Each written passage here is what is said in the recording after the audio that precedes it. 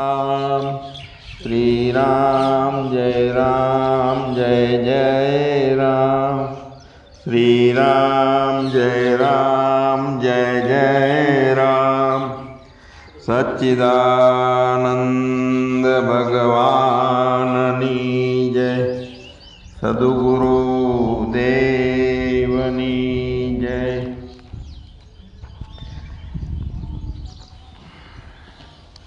જીવાત્માને જીવના ભાવમાં પોતાને પૂર્ણ સંતોષ થતો નથી, એટલે આત્મભાવમાં જવા માગે છે। હવે પરમાત્મા ક્યાં છે, કેવડો છે ને ક્યાં રહે છે એ જીવાત્માને હજુ બરોબર ખબર હોતી નથી એના સરનામાની, એટલે તરફડે છે। મેળવવો છે પરમાત્મા અને જીવાત્મા પોતે પોતાનાથી થાક્યો છે। હવે જુઓ ભગવાન ભૂલ ક્યાં પડી છે, અહીંયા બે તો છે નહીં કોઈ, અને છતાંય પોતે પોતાને દેહ સમજી બેઠો છે, તો એનું મૂળમાં અજ્ઞાન છે।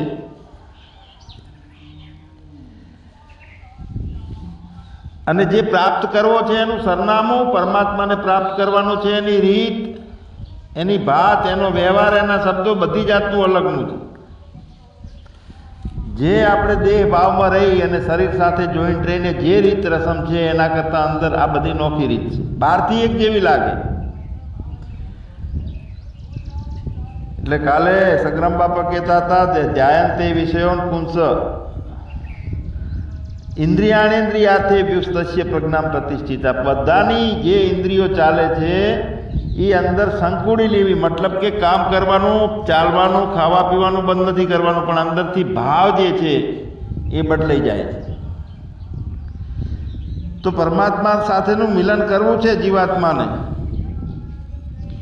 જીવ પોતે પોતાનો આત્મા ગોતે છે, હવે છે પોતે અને ગોતે છે બીજે।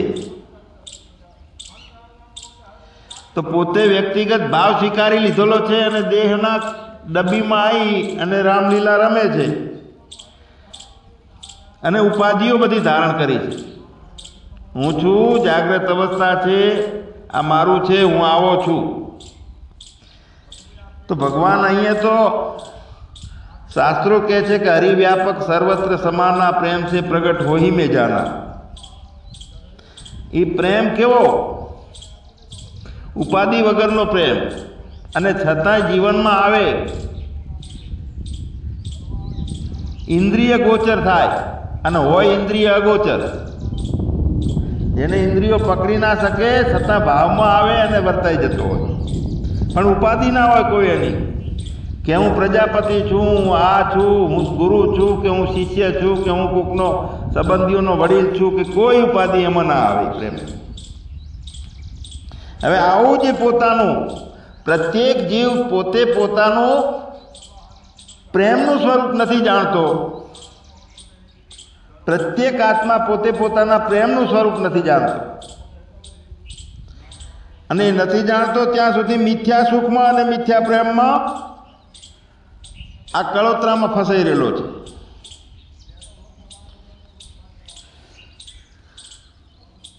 તો પોતાના સ્વરૂપની ખબર પડી જાય જીવને, પોતાના આત્માને, જીવને પોતાના આત્માની, કે એનું લક્ષણ શું છે।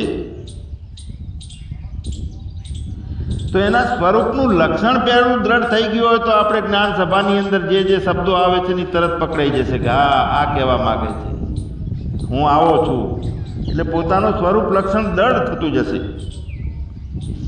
આપણને દ્રઢ થયેલું છે ને કે હું પ્રજાપતિ છું, એટલે સગ્રામ બાપા છું, એટલે કોઈ રાતના 3 વાગે આવીને બૂમ પાડે ને હળવાકથી તો 50 જણા હોતા હોતી સગ્રામ બાપા જાગે, બીજો ના જાગે।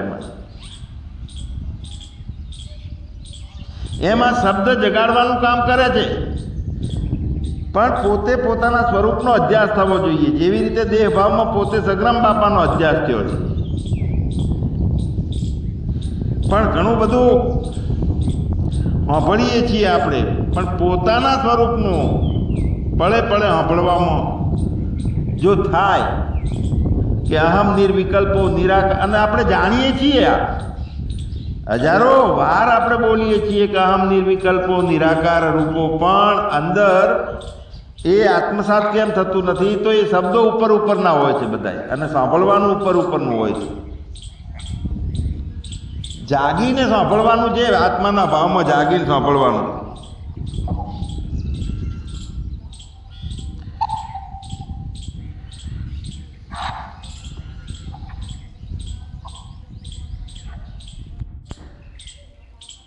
એટલે પોતાના આ શબ્દો પોતાના માટે છે. એટલે ઘણી વખત આપણે કહીએ કે આપણે અહીંયા આત્માનો ચોપડો, પોતાનો ચોપડો ખોલીને પોતાની જ વાતો છે.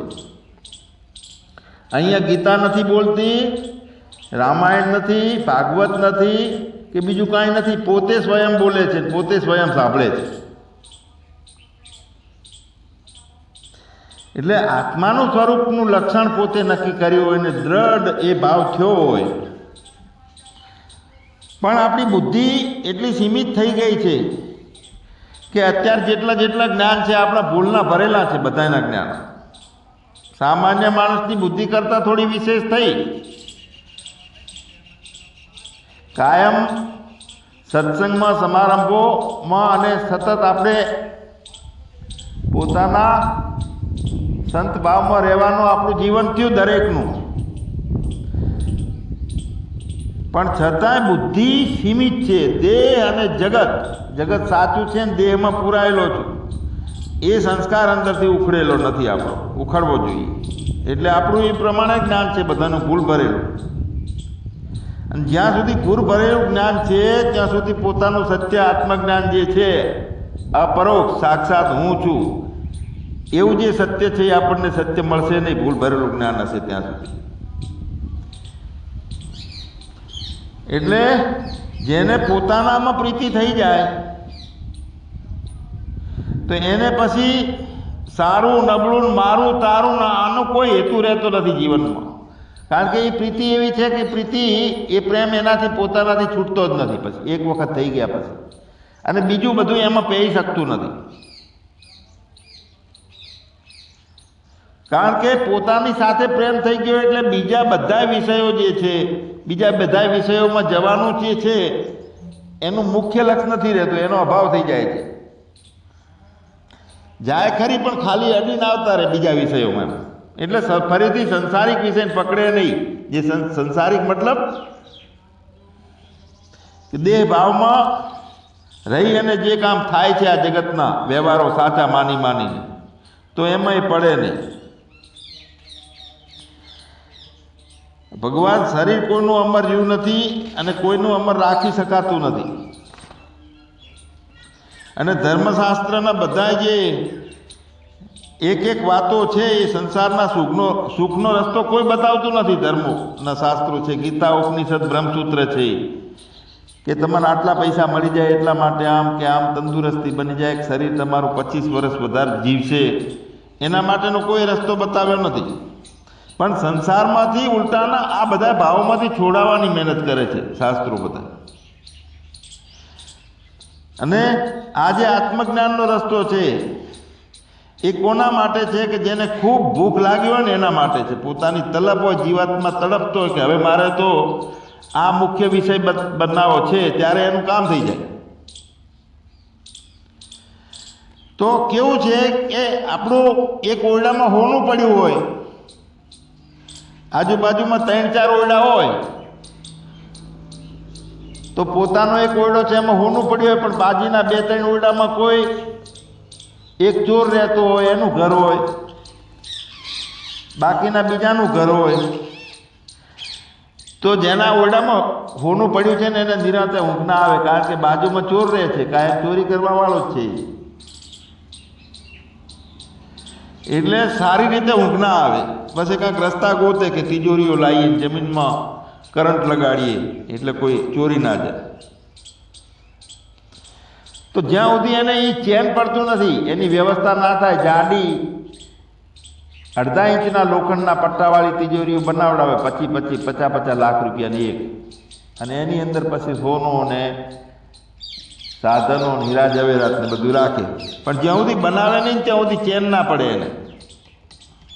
ચોરાઈ જવાની બીક રહે. તો એને જેટલી ધગસ હોય છે એના સોનું સંભાળવાની, એવી પોતાને આત્મજ્ઞાન પ્રાપ્ત કરવાની ધગસ લાગી હોય કે જેને પોતાનું અસલ જ્ઞાન લીધા વગર ચેન પડતું ના હોય, કોઈ જાતે બીજો રસ્તો હોતતો ના હોય. પણ ભગવાન ભૂલ શું પડે છે અહીંયા કે વિવેકની ખામી પડે છે. આપણે રામલીલામાં અટવાઈ પડીએ છીએ. આ તો આ મુક્ત થવાનો માર્ગ છે, બધું ખાલી થવાનું છે, ખતમ થવાનું છે, અહીંયા ઓગળી જવાનું છે. એટલે માયા જેને ચોટેલી છે, માયાની અંદર જે સાથે રાખી અને ખટપટમાં પડ્યા છે એને આ જ્ઞાન એકદમ થતું નથી. આ સીધી વાત છે, બધાનો અનુભવ જોઈ લો. માયા શું છે કે બધી માયા જ છે. જે કંઈ બનવું છે, બનાવવાનું છે, થવું છે, એક વખત તો પૂર્ણ જ્ઞાન થઈ જાય તો એના હાથે ભલે કરોડો લોકોનું કલ્યાણની સેવા થતી હોય, પણ જ્ઞાન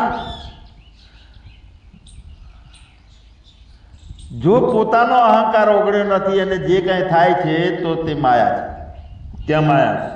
એટલે એના માટે પોતાની આત્મસત્તામાં નિયમિત સ્થિતિ રાખવી બહુ કાઠું કામ પડે. ભગવાન મુશ્કેલ છે પણ ધીરે ધીરે ધીરે થઈ શકે છે. 2-3 મહિને ધીરે ધીરે ધીરે પોતાના સ્વભાવની તપાસ કરતાં કરતાં કોઈક માયાની ખબર જોઈએ, તપાસ કરીએ કે માયા ઘટી છે, અંદર સ્થિરતા આવે છે, નિર્ભયતા આવે છે, શાંતિ વધે છે. પણ થોડીક શાંતિ વધી હોય વળી ઉલડીને પડીએ કે આ ચૂંટણી આવી છે તમને તો ઊભા રાખે છે, તો આ ટ્રસ્ટી બનાવે છે તમને, તો પડો તારે.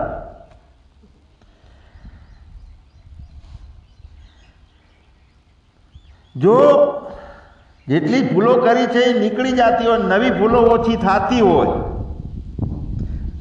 તો ધીરે ધીરે જૂના સંસ્કારો, જૂની ભૂલો છે એ ભૂંસાતી જાય અને એ પ્રમાણે ચોખ્ખું કામ થતું જાય. આત્મા જ્ઞાનના માર્ગ આખો સરળ થતો જાય. પછી કાંટા આવે, કંકર આવે, ધોમ ધકમતી રેતી આવે, બધું આવે, પણ અવિરત ધારા ચાલવાની ચાલુ રહે. તો આત્મજ્ઞાનના માર્ગમાં શાંતિ વધતી જાય છે, અશાંતિ ઘટતી જાય છે, અને ઘણી શાંતિ વધી જાય એટલે સિદ્ધિઓ ચાલુ થઈ જાય છે. એમાં પાછા પડી જવાય, પૂજાવાનું ચાલુ કરી નાખે લોકો.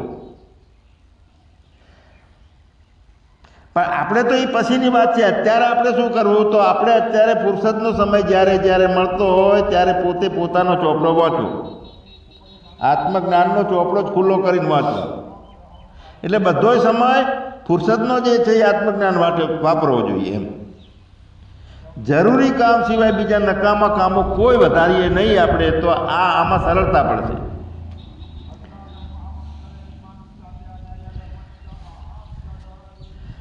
અને એક ભાવ નક્કી કરી નાખવાનો કે જેટલું જેટલું દ્રશ્ય માત્ર પ્રપંચ છે, ઊભું થાય છે, મનની અંદર વિચારમાં આવે છે અને જીવાત્માને કંઈક કરવાની ઈચ્છા થાય છે, એટલે કે જે દેખાય છે તે ખોટું અને રહે છે જે તે સાચું. શું રહે છે? તો આપણો આનંદ રહે છે છેલ્લે.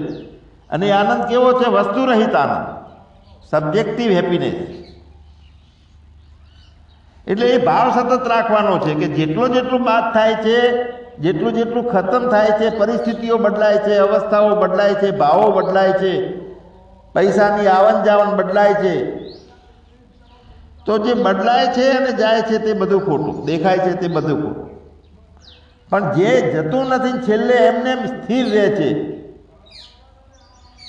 એ સાચું. જો એક વ્યક્તિ સંગ્રામ બાપા છે તો 5 વર્ષના હતા તો એ વખતે 3 ફૂટના હતા, પછી યુવાન બન્યા છે ત્યારે 5 ફૂટના થયા છે, મૂંછું છે, લગ્ન થયા છે, પછી ધંધે લાગ્યા છે, છોકરા થયા છે, છોકરાના દાદા બન્યા છે, થોડી ચામડી હવે કરચલી થઈ ગઈ છે, ઇસ્ત્રી કરાવવી પડે એવી. તો એમાં દાંત બદલાણા, ગાલના ખાડા બદલાણા, શરીરની લચક બદલાણી, કોઈ વખતે કડક હતી, કોઈ વખતે હવે ઢીલી થઈ, અને એ પ્રમાણે બુદ્ધિની ધીરજમાં પણ ફેરફાર થયા. બધું ફેરફાર થવાવાળું છે. બાળકમાંથી યુવાની થઈ, યુવાનીમાંથી વૃદ્ધાપો થયો. પણ આમાં એક જે સંગ્રામ બાપા બદલાણા નથી, શરીરનો આકાર બદલાણો, પરિસ્થિતિઓ બદલાણી, લચક બદલાણી, બુદ્ધિ બદલાણી, ફેરફાર થયો, પણ એના જે ત્રણ વર્ષના હતા અને ઘોડિયામાં રમતા હતા એના અત્યારે રેડિયો હેડ લઈ અને હેડે છે, પણ એ શરીરમાં ફેરફાર થયો. બદલાણા કોણ નહીં? તો પોતે ના બદલાણો એમાં. એટલે પોતાની ભૂલોનો વિચારો કરી અને જે ચાલુ વ્યવહારમાં, ચાલુ જીવનમાં આપણે પોતાની ભૂલો સુધારતી રહેવાની છે. તો શું રહે છે, શું નથી રહેતું, એનો વિચાર રોજ હોવો જોઈએ. એટલે આપણા જીવનમાં જે ભૂલો થાય છે એ ભૂલો સુધરતા આપણને આપણો પ્રકાશ તરત જ જણાઈ આવશે. નિત્ય શુદ્ધ બુદ્ધ અવિક્રિય સનાતન પ્રસન્નતાચિત વાળો અને અવેરનેસ કાયમ રહે છે. આપણો પ્રકાશ ચાલુ થઈ જાય છે.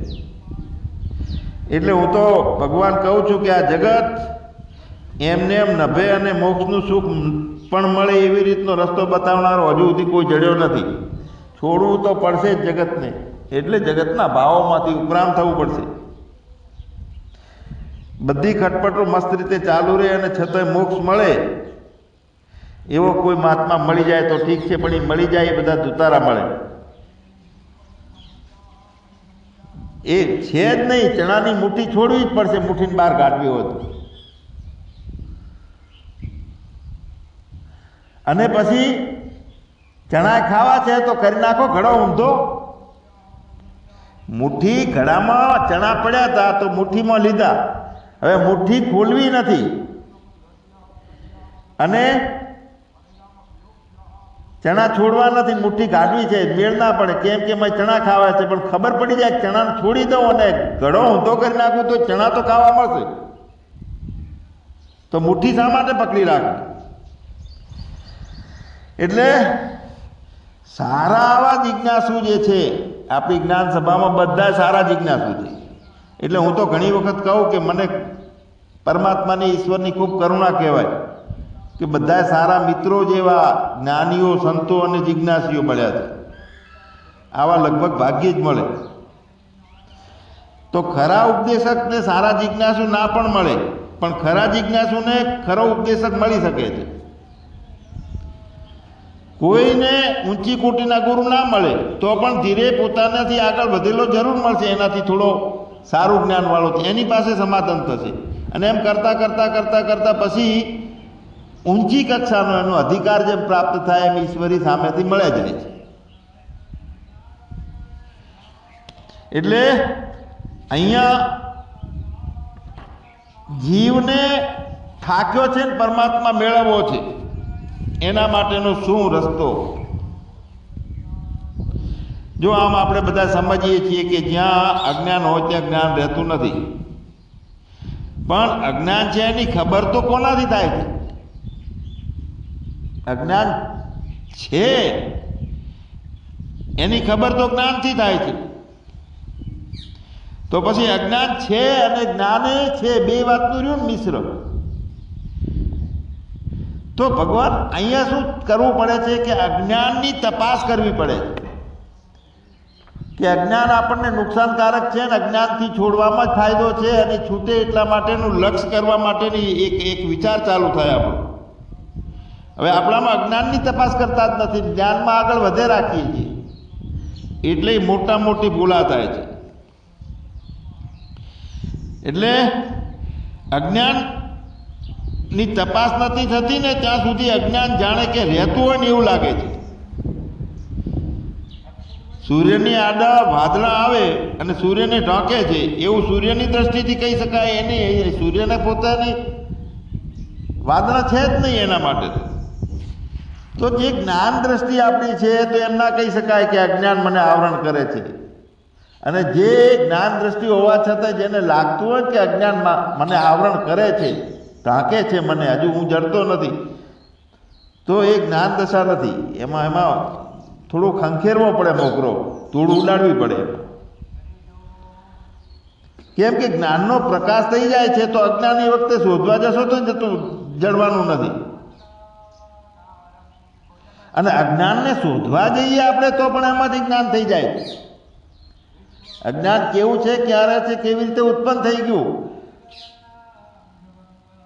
તો અજ્ઞાનને જાણનારો હું છું એ ભૂમિકાથી બહુ ખરું જ્ઞાન થઈ જાય છે.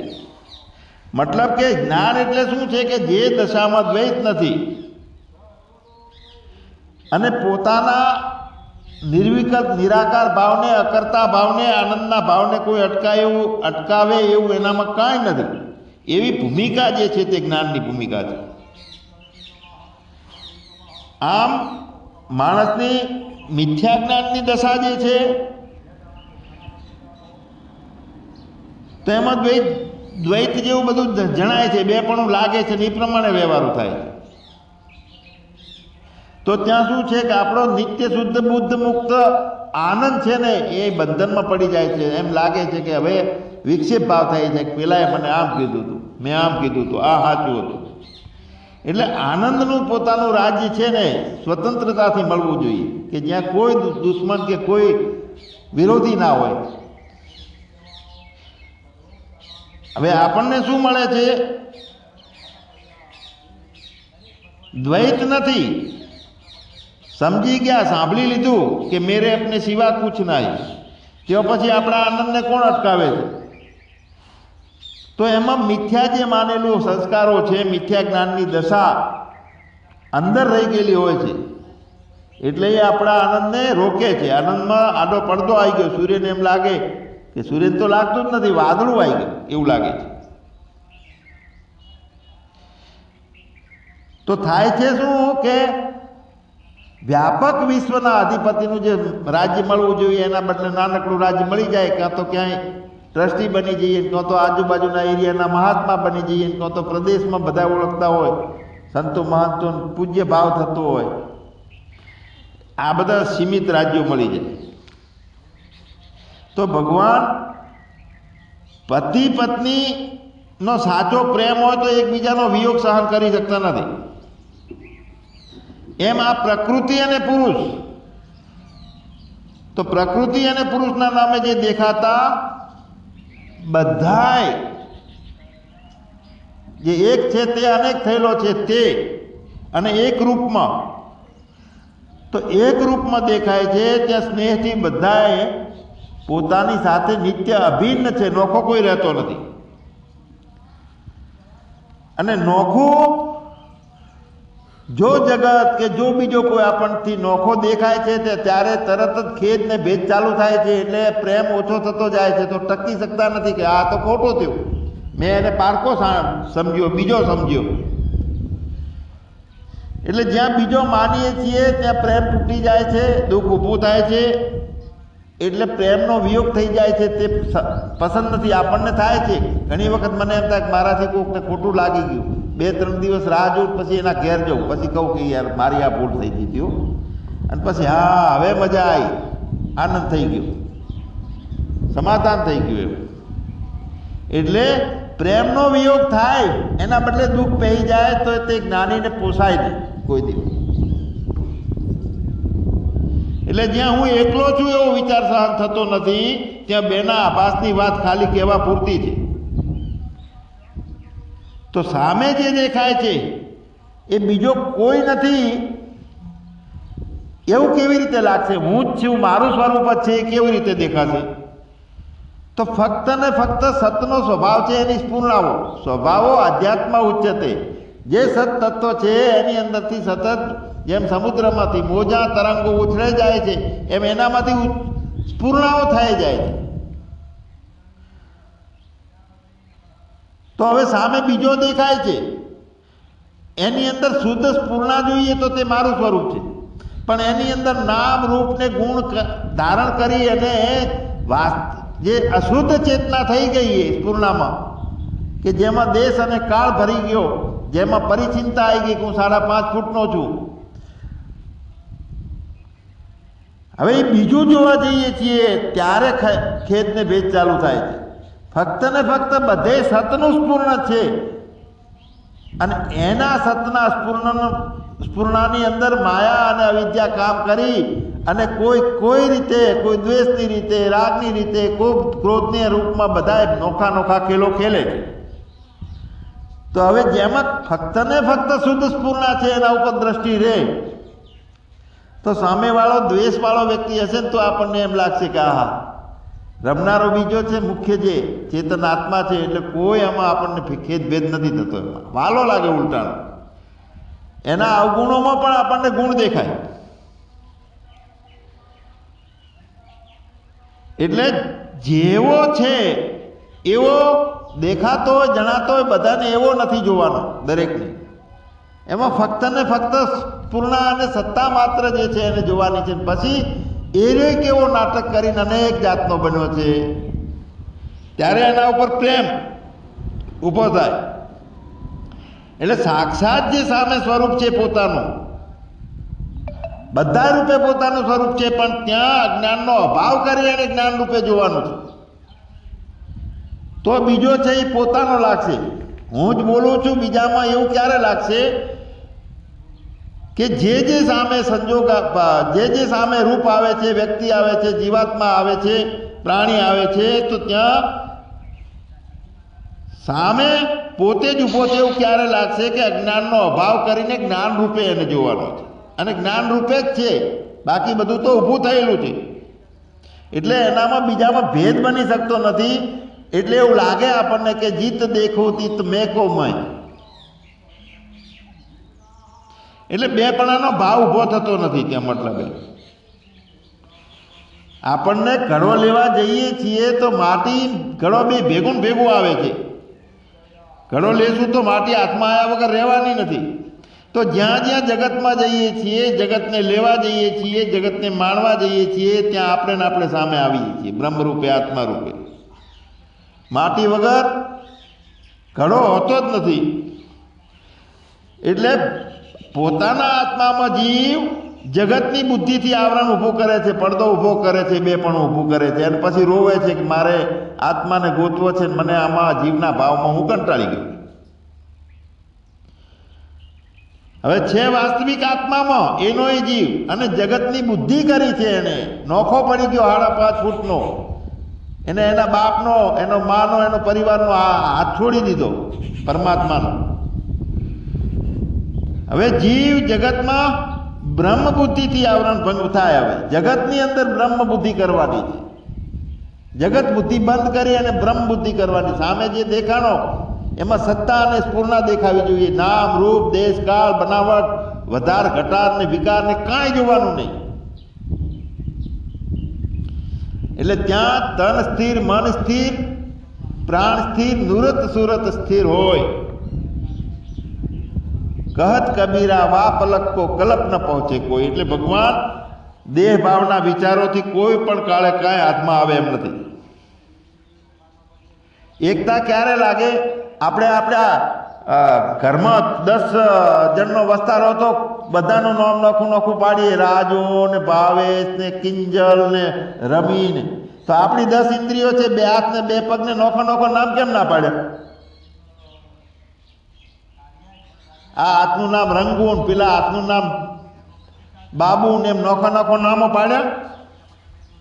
તો પોતાના હાથ અને પગ માટે જુદા નામ દેવાની જરૂર નથી, કેમ કે પોતાના અને એક નામથી વ્યવહાર ચાલે છે. નોખા નામોની જરૂર પડતી નથી. તો પછી બ્રહ્મ માટે બીજા નામની શા માટે જરૂર છે? નામના આકારો આપણે પકડી રાખ્યા છે. વ્યાપક છીએ આપણે, અને આપણા શરીરની અંદર આખું જગત છે. આપણું વિરાટ સ્વરૂપની અંદર સૂર્યચંદ્ર હાલે છે, ચાલે છે, અનેક સૃષ્ટિઓ રચાય છે, બને છે, બગડે છે. પણ બીજું કોને દેખાય? 5.5 ફૂટનો હોય અને બીજું દોખાય. બાકી વ્યાપક બ્રહ્મ એક અવિનાશી સદચેતન ઘન આનંદ રાશિ. હવે એમાં આનંદ સિવાય બીજું કાંઈ છે જ નહીં, બીજું ઊભું જ થતું નથી. પણ ખોટું શું અને સાચું શું? તો દાગીનામાં દાગીનાનું બધું ખોટું, સોનાનું જ્ઞાન છે એ સાચું. હવે સોનાનું જ્ઞાન જે છે, સોનું છે એ બાદ થતું નથી. દાગીના તો વીંટી ભાગીને કંકણ બને, કંકણ ભાગીને બંગડી બને, જે કાંઈ બદલાય છે. તો દાગીનાનું જ્ઞાન બાદ થઈ જાય, પણ સોનાનું જ્ઞાન બાદ ના થાય. પણ આપણી સામે બુદ્ધિની જાગ્રત અવસ્થામાં જેટલું અનુભવાય છે ને એટલું જ સાચું માનીએ છીએ. અરે ભાઈ, આ તો પ્રતીતિ છે. અત્યારે ચંદ્ર દેખાતો નથી, સૂર્યના કારણે ઢંકાઈ ગયો છે, પણ ચંદ્ર રાતે હમણાં દેખાવાનો 8 વાગે. પૃથ્વી ફરતી હોય ને એની દશામાં આવશે એટલે ચંદ્ર દેખાશે. એટલે જે દશાનો જે ધર્મ હોય તે દશામાં રહીને જ તેનો અનુભવ કરી શકાય.